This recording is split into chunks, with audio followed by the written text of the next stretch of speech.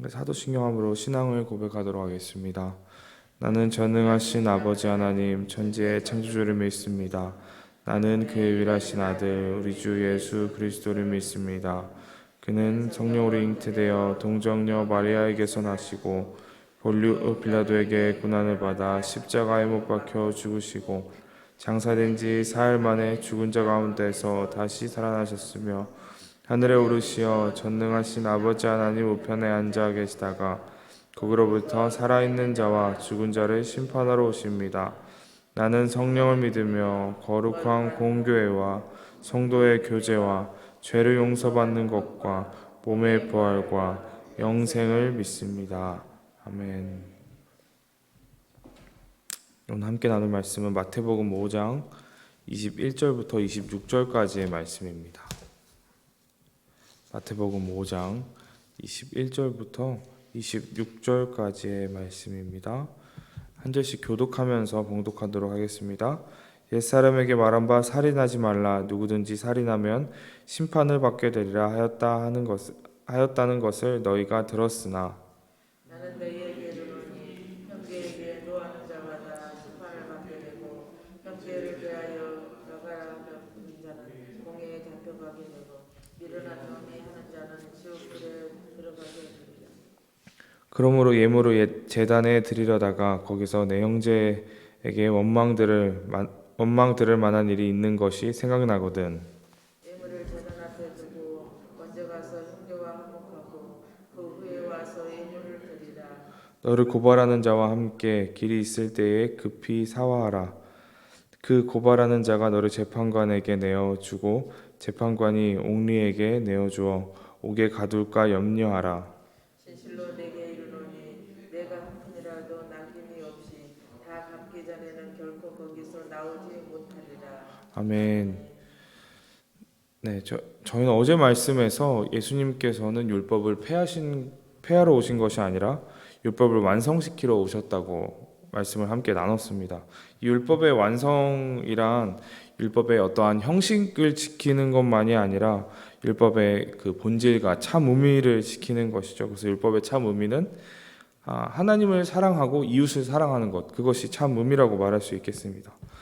그렇다면 우리가 정말 말씀을 통하여서 하나님을 사랑하고 이웃을 이것을 정말 많이 들어왔는데 어떻게 구체적으로 적용할 수 있을까요? 오늘 말씀은 구체적으로 우리의 삶 속에서 율법이 어떻게 적용될 수 있을지, 예수님께서 말씀하신 이 율법의 완성이 무엇인지 이어서 가르쳐주고 계시는 부분입니다. 오늘 이 새벽 짧게 말씀을 나눌 때에 우리의 모습을 다시 한번 돌아보고 또 예수를 따르는 것이 무엇인지 다시 한번 생각해보는 시간이 되기를 소망합니다. 오늘 본문이 시작되는 21절 말씀을 우리 한 목소리로 다시 한번 봉독해 보도록 하겠습니다. 21절 말씀입니다. 옛 사람에게 말한 바 살인하지 말라. 누구든지 살인하면 심판을 받게 되리라 하였다는 것을 너희가 들었으나. 아멘. 여기서 말하는 옛 사람은 이 모세를 대표로 하는 이 조상 유대인들을 지칭하는 말입니다. 그래서 하나님께서는 이 구약 시대에 이스라엘 백성들에게 이 십계명을 포함하여서 613개의 율법을 명령하셨습니다. 그리고 그 중에 가장 핵심적인 그 계명이 십계명인 것이죠. 그리고 그 십계명 중에 6번째 계명이 살인하지 말라입니다. 하나님께서는 이 사람을 창조하시되 하나님의 형상으로 사람을 창조하셨습니다. 성경을 통해서 우리가 잘 알고 있듯이 사람은 하나님께서 창조하신 이 피조물 중에서 가장 귀한 존재임을 우리는 성경을 통해서 살펴볼 수 있습니다. 특히 하나님께서 창조하신 그 생명은 어떠한 경우에서라도 임의로 해치면 안 되는 것입니다. 그러나 이 사람이 하나님을 거역하고 죄악에 빠졌을 때에 이 땅에 살인이 시작되었죠. 아담과 하와가 에덴 동산에서 쫓겨난 후에 그들의 아들인 가인이 아벨을 잔인하게 살해한 그 모습은 이러한 인간의 역사, 지금까지 역사를 어떻게 보면 그대로 보여준다고 할 수 있습니다. 오늘날까지 인간이 자기의 욕심 때문에 혹은 자기의 자존심을 지키기 위하여서 혹은 자신의 분노나 어떠한 복수로 정말 많은 살인들을 저질러 왔는지 우리가 오늘날 뉴스를 보면은 참 많이 알 수 있습니다. 이 살인하지 말라라는 이 하나님의 말씀은 단순히 사람 생명을 죽이지 말라 하는 차원을 넘어서 사실은 내 곁에 있는 내 형제와 내 자매들을 하나님의 형상으로 여기고 내 형제 자매에게 생명을 주신 하나님을 동일하게 두려워하는 것처럼 그 형제 자매를 사랑하라. 그리고 그 형제 자매를 사랑하고 계시는 하나님의 마음을 기억하라라는 그 말씀, 그러한 의미입니다. 그런데 이 사람들은 이 자기 형제 자매를 미워하고 비하하고 무시한다 하더라도 직접적으로 자기 손으로 죽이지만 않으면 나는 죄가 없다라고 스스로 자기 자신을 정당화합니다. 오히려 이러한 행동들에게는 나 자신에게 그러할 만한 이유가 있었다라고 이유를 둘러대면서 정당하기도 하죠. 심지어 그냥 직접적으로 난 살인하지 않았어 라고 아무 상관이 없어 라고 말을 하는 것이 사람들의 모습입니다. 근데 율법은 하나님의 그 원하시는 뜻의 핵심이 담겨 있는 것인데 사람들은 그 율법 그 글자 자체로만 지키고 최소한의 법칙만 지키면 된다라고 자신의 죄를 정당화시키는 데 사용하는 것입니다.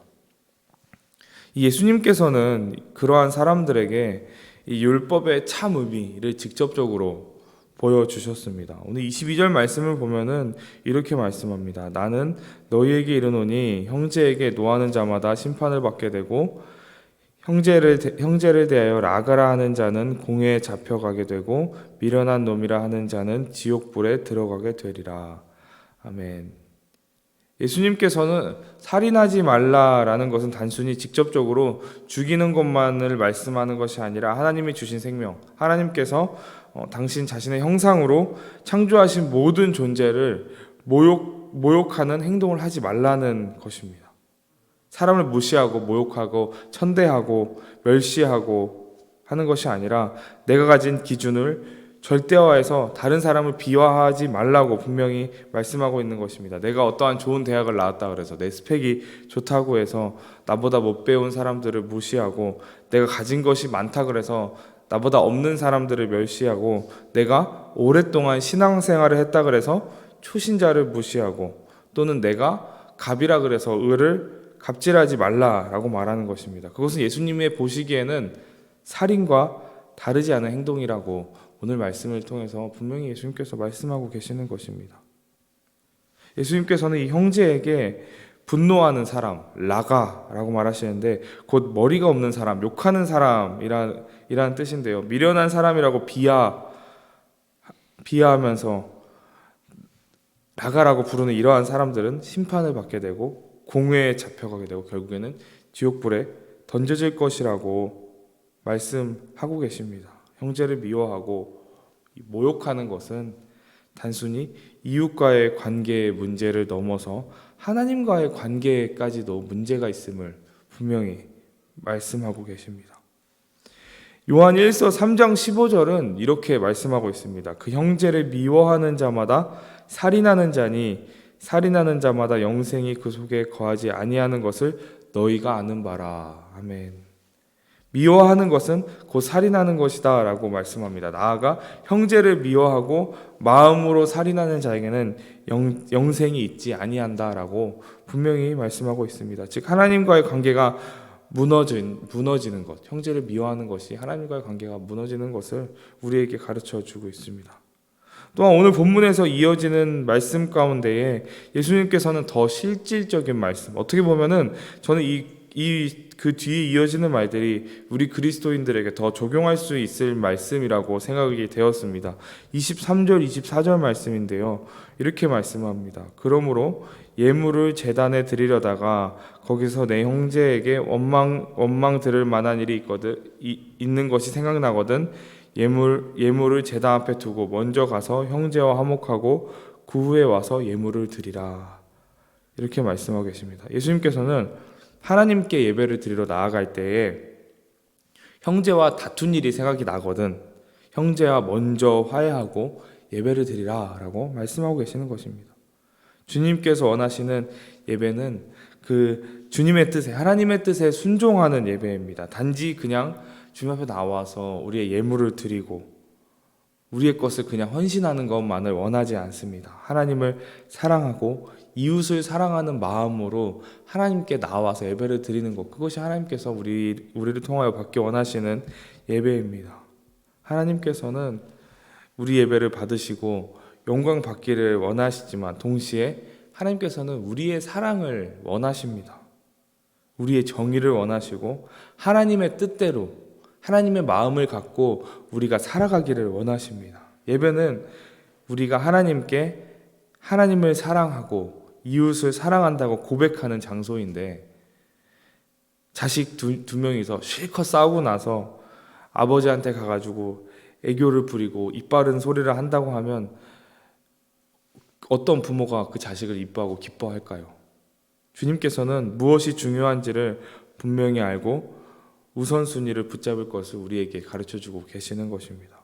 또한 뒤에 이어서 25절, 26절 말씀에서는 화해의 중요성과 화해의 긴급성에 대해서 가르쳐 주셨습니다. 갈등과 다툼은 결국 우리를 심판에 얽매이게 하고 맙니다. 예수님께서는 누군가를 핍박하고 모욕할 때에 다른 사람을 미워하고 그와 갈등할 때 결국 그 화가 고스란히 우리 자신에게 돌아올 것을 경고하고 계십니다.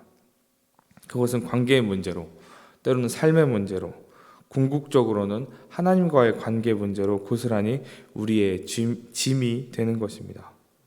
지혜로운 사람은 그것들을 알고 갈등 속에서 화평을 이루면서 용서하고 화해를 이루면서 살아가게 되는 사람이 바로 지혜로운 사람입니다. 주님께서는 우리에게 이 형제를 사랑하는 것이 다른 누구가 아니라 우리 자신을 위한 길임을 이 마지막 후반절의 말씀을 통해서 가르쳐주고 계시는 것입니다. 하나님을 사랑하고 이웃을 사랑하다는 그 하나님의 뜻이 결국에는 우리의 삶을 살리는 길, 우리의 삶이 화평케 하는 길임을 분명히 말씀해주고 계시는 것입니다. 오늘 이 예수님의 가르침에 우리의 마음을 우리가 다시 한번 기울이면서 우리의 삶을 돌아볼 때에, 또 오늘의 삶을 살아갈 때에 내 곁에 있는 형제와 자매와 또 오늘 만나는 모든 귀한 관계들을 존귀한 존재로 바라볼 수 있는 오늘 하루의 삶이 되기를 간절히 소망합니다. 우리의 기준으로 사람을 바라보게 된다면 무언가 부족해 보이기도 하고, 때로는 그 사람이 우리에게 아픔을 주기도 하고, 때로는 그래서 밉기도 하고, 쳐다보기 싫을 정도로 미울지라도 예수님께서 우리에게 가르쳐 주셨던, 예수님께서 그 삶을 통하여서 먼저 보여주셨던 그 사랑의 모습과 그 조건 없는 사랑, 조건 없는 은혜, 그것을 기억하면서 내 앞에 있는 이들, 내 옆에 있는 이들, 내 주위에 있는 이들을 사랑하게 되는 오늘 하루가 되기를 간절히 소망합니다. 또 오늘 이 새벽 시간 기도하실 때에 주님께 나에게 그러한 힘과 그러한 용기와 그러한 결단을 하게 해달라고 기도하시는 저와 여러분이 되기를 간절히 소망합니다. 기도하겠습니다. 사랑과 은혜가 풍성하신 하나님 아버지, 주님 옆에 나와 오늘도 주님의 음성에 귀 기울이며 친밀한 교제하게 하시니 감사드립니다. 주님, 이제까지는 살인하지 말라라는 말씀을 보며 나에게는 상관없는 일이지, 나는 다른 사람을 살인하지 않는다라고 말하면서 만나는 관계들 가운데 나도 모르게 많은 아픔들을 줬음을 고백합니다. 때로는 나의 자존심을 세우기 위해 용서하지 않고 화해하지 않고 지나갔던 과거를 고백합니다. 주님, 하나님을 사랑하는 만큼 이웃을 사랑하는 것도 중요하다 말씀하신 주님의 최고의 계명을 기억하며 우리의 삶 속에서 하나님 사랑, 이웃 사랑을 항상 실천하는 우리의 삶 되게 하여 주옵소서. 주님께서 우리에게 베푸신 한없고 놀라운 사랑과 은혜를 우리가 매일 깨닫고 묵상하고 감격하게 하시고, 그 감격에 또 우리도 다른 이들을 대하고 바라볼 때에 그 사랑을 전하고 행하는 삶 살게 하여 주옵소서. 주님께서 함께 하시고 주님께서 도와주신다면 능치 못할 일이 없음을 고백하오니, 주님, 우리의 삶 가운데 늘 함께 하여 주시고 늘 동행하여 주시고 도와주시옵소서. 감사드리며 사랑이 많으신 예수 그리스도의 이름으로 기도드립니다. 아멘. 하늘에 계신 우리 아버지, 아버지의 이름을 거룩하게 하시며 아버지의 나라가 오게 하시며 아버지의 뜻이 하늘에서와 같이 땅에서도 이루어지게 하소서. 오늘 우리에게 일용할 양식을 주시고 우리가 우리에게 잘못한 사람을 용서하여 준 것 같이 우리 죄를 용서하여 주시고 우리를 시험에 빠지지 않게 하시고 악에서 구하소서. 나라와 권능과 영광이 영원히 아버지의 것입니다. 아멘.